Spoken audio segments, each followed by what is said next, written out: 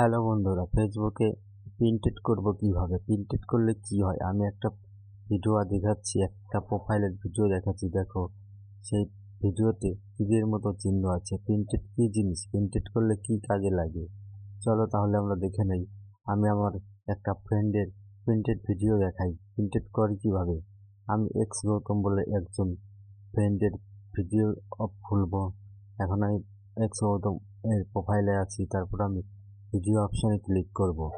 Video অপশানে click করলে চলে আসবে যে দেখো, উপর একটা তীরের মতো চিহ্ন। এটা প্রিন্টেড করছে, প্রিন্টেড করা হয়েছে। প্রিন্টেড করা ভিডিও মানে কি? এটা কেন হয়? প্রিন্টেড করলে ভিডিও, তোমার যে ভিডিওটা প্রিন্টেড করবে সেই ভিডিওটা সবার উপরে দেখাবে। একবারে তুমি লাস্টের ভিডিও যদি প্রিন্টেড করো বা এটা যদি প্রিন্টেড করো লাস্টের, সেই ভিডিওটা সবার শর্ট ফিটের উপরে দেখাবে। তাহলে চলো আমরা প্রিন্টেডটা করে দেখাই। প্রিন্টেড কীভাবে করি? আমি আমার প্রোফাইলে আসলাম, ভিডিও সেকশনে যাব, এখন গিয়ে প্রিন্টেড করে দেখাবো। চলো আমি এখন আমার ভিডিও সেকশনে যাই, গিয়ে প্রিন্টেড করে দেখাই।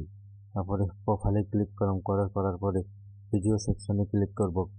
ক্লিক করার পরে আমি যে কোনো একটা ভিডিও প্রিন্টেড করব। এই ভিডিওটা প্রিন্টেড করব, যেটা কম ভিউ আছে ওইটা প্রিন্টেড ভিডিওতে কাজ করে ধরে রাখবো। ধরার পরে এখানে এরকম একটা পপ আসবে, ক্লিক করবে, প্রিন্টেড হয়ে গেছে।